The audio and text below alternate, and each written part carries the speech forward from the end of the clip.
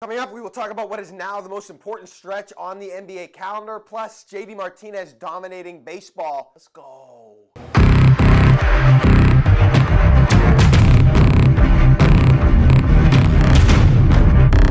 Outside of a key game in the conference finals or NBA finals, this is the most important stretch on the NBA calendar. When Kevin Durant on July 4th went to the Golden State Warriors in 2016, that won them 2 titles on July 4th. When Kevin Garnett came to the Celtics in July of 2007, that won the Celtics a championship right there in July, essentially. When Kyrie Irving came from the Cavs to the Celtics last summer, that immediately, right then and there, turned the Celtics from pretenders into contenders. Championships are legitimately won during this time, not during the 4 games we just saw. It's all predicated on LeBron James. The balance of power in the NBA is predicated on where LeBron James signs. So where do I sign if I'm him? If it is all about winning, this is the first thing I do. I get on the phone, I say, hello, Chris Paul, and then I ask if Paul would have any interest in going to the San Antonio Spurs. Now, I know he's got his family to consider, but if this move ultimately is about winning, that would be my first play. See if Chris Paul would have any interest in going to San Antonio. Try to figure out what Kawhi Leonard's plans are. I don't know how close Kawhi and LeBron are. Kawhi has never played on Team USA, but I'm sure LeBron would have a way to get in touch with Kawhi. It's already been reported that Greg Popovich and the Spurs are going to try to pitch LeBron, because Golden State ain't going anywhere. You know they're ultra aggressive, and they would find a way to replace the guy they lost as long as they still had that superstar core. My second choice would then be the Houston Rockets. I don't know what bringing in LeBron to Houston would do to the surrounding cast, but if you have LeBron and Paul and Harden, you can figure out where to find a shooter or a defender or a 3-and-D guy. If it's all about winning, Houston would be my second choice. Now, if he's hell-bent on LA, call Chris Paul and see if Paul will go to the Lakers with you. Even with the talented young core in the Lakers, Paul George and LeBron together in LA, not good enough to beat the Warriors. There's not even a discussion in my mind. I'm assuming he would not come to Boston to play with Kyrie. Philadelphia is not a realistic option for me for LeBron. I don't think LeBron wants to babysit Ben Simmons and Joel Embiid. Questions, can Joel Embiid stay healthy and remain healthy? I don't think Philly is a realistic option if you want to win. I'm also assuming that LeBron will try to make a play for somebody to come to Cleveland, and he'll be unsuccessful and won't be able to get a superstar there. If you haven't realized, the theme of this whole thing is Chris Paul. I think LeBron's best chance at winning is teaming up with Chris Paul. If you were to tell me right now that LeBron and Chris Paul will not play on the same team next year, I don't think LeBron has any chance of beating the Golden State Warriors. WEI's Kirk and Callahan had Adam Kirkjian on Monday morning. He's the freelance writer that dropped the bomb of the tweet on Friday circulating around the Gronk trade rumors. The tweet said, quote, told Belichick wanted to trade him. Offers on the table with both the Titans and 49ers. He and Robert Kraft had a closed-door meeting to discuss. Tom Brady threatened to retire if deal went through. Kraft nixed it. Close quote. He stands by his reporting. I'm not going to say he's wrong. What I will say is there's no chance Tom Brady would have actually retired had they traded Rob Gronkowski. I'm sure he wouldn't have been happy about it, and I'm sure he probably voiced some displeasure if these events occurred. But retire? He was not going to retire. Adults don't do that. He wasn't going to look Julian Edelman in the eye or any of his other teammates and say, yeah, they traded Gronk, I'm out. He would have been pissed. But at this point, everything is still just speculation. Also, new details have emerged about the PED suspension facing Julian Edelman via the Monday Morning Quarterback's Albert Breer. Breer said that the substance that triggered the positive test was, quote, not immediately recognizable, and that the substance that was in Edelman's body is still being analyzed. The Red Sox lost 2 of 3 to the Chicago White Sox at Fenway Park over the weekend. The Sox absolutely feeling the loss right now of Mookie Betts offensively. During Mookie Betts' absence, the Red Sox offense is only averaging 4.5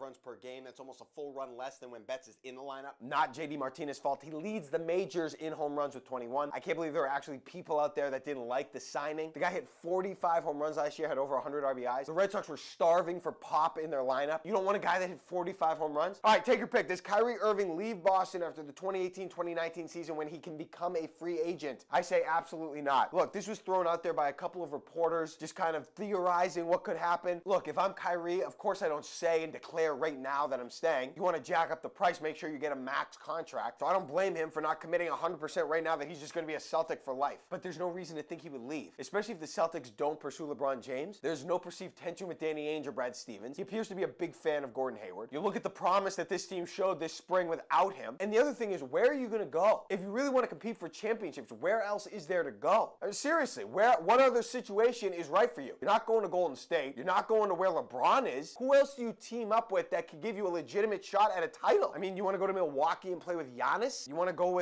team up with Anthony Davis somewhere? I mean, you're not going to the Lakers as long as they have Lonzo Ball. The Knicks and Porzingis, you want to do that? The Knicks and Porzingis, you want to do that? It's not a championship team. I mean, I guess you could argue Philly would be a fit, but you're going to leave Boston and go to Philly? I mean, assuming Boston pays you, why would you do that? A change of scenery? You just got to Boston. All right, final take your pick. Better restaurant name, IHOP or IHOB? These marketing putzes. Are you serious? You idiots. I'll tell you what I'm going to do. And I love IHOP. Loved IHOP. IHOP, I thought, had the best pancakes around. But now you change your name from IHOP to IHOB, International House of Burgers. Naturally, what I'm going to do is assume your pancakes are going to drop off because you're now prioritizing burgers. I'm all for expanding the brand. I'm all for evolving, but don't change your identity. Look, if Augusta National Golf Club wants to add some tennis courts, by all means, but don't change your freaking name to the Augusta National Tennis Club. That would absolutely pants the luster and mystique of the golf that's present there. Make new commercials, but keep the name in place. All right, my lock of the day, the Giants, -1.5 tonight at the Miami Marlins. Madison Bumgarner is pitching for the Giants tonight. He has dealt with some injuries, but he's still one of the best pitchers in baseball. I'm taking him to beat the team that nobody cares about in the lowly Marlins tonight on the road. The Giants will win that game by more than a run. That's my lock of the day. See you tomorrow. Well, as you know, I'm not on Snapface and all that, so I don't really get those.